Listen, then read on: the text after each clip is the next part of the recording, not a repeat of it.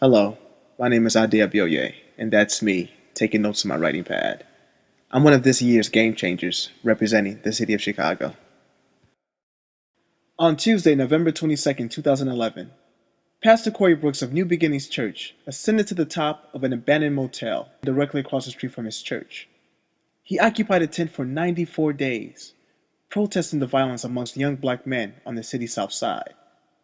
He also raised $450,000 to purchase the motel in an effort to erect a community center for young black men through his organization, Project Hood. Here's his story. In 2011, I buried 10 young men under the age of 25. The thing that really compelled me to come up was the funeral of a young man by the name of Carlton Archer, 16-year-old. His parents belonged to our church. They decided to have the funeral at our church, and upon coming in, the kids from another neighborhood started shooting at them. Thank God no one was hurt or injured. And at the end of the funeral, I made a real heartfelt appeal. There were about 1,000 people there, a lot of young guys. And I asked the guys to turn in their guns and to give up gun violence and stop shooting one another. And that moment, the shooting outside, the guns being turned in, that was the breaking point or the tipping point that drove me to be on this building.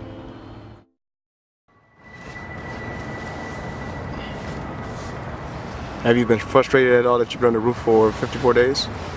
Yes, I am frustrated. I want to get off this roof. I'm tired. It's been good, and I'm grateful to have had the experience.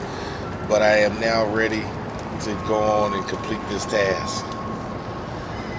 54 days is too long. Did you ever think you would be on the roof for this long? Absolutely not. I really thought I would be on this roof for 21 days, and I thought that would be it. I thought it would happen that quick. I thought 400 people would give $1,000 and it'd be a wrap. But it is a recession. People are economically hurting. So I understand.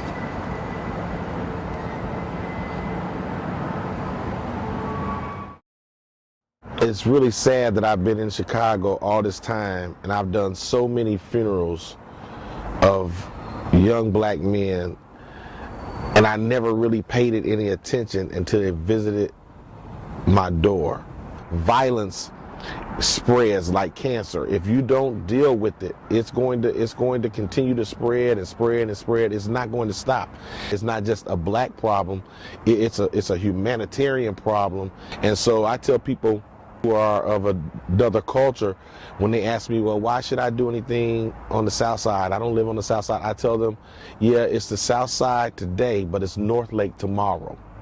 It's Bolingbrook tomorrow. It's Naperville tomorrow. And I've come to a real awareness now, and I want to do everything I can to make sure that we stop gun violence and young people from being killed. A strong and healthy community would look like a place where the educational system is good, a place where people have jobs and employment. It's a place where people are not killing one another and trying to hurt one another and bring violence against one another. And I know people will say that's utopia, that can't be done, but I believe it can be done if people will work together to make it happen. Through a collaborative effort and through partnership, all of us together can stop the violence, and we can make communities work and thrive and be the community that they're supposed to be. It's been a good 78 days. I'm hoping it won't be much longer, but it's been a good 78 days.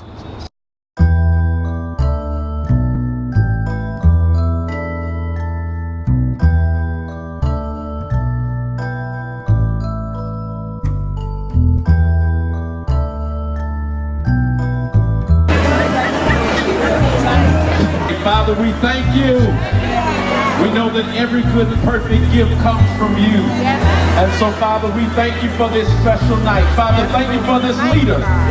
Thank you for a heart of sacrifice, a heart of faithfulness, a heart of humility, a heart of servanthood, a heart of giving and sharing. Father, thank you for 94 days of sacrifice.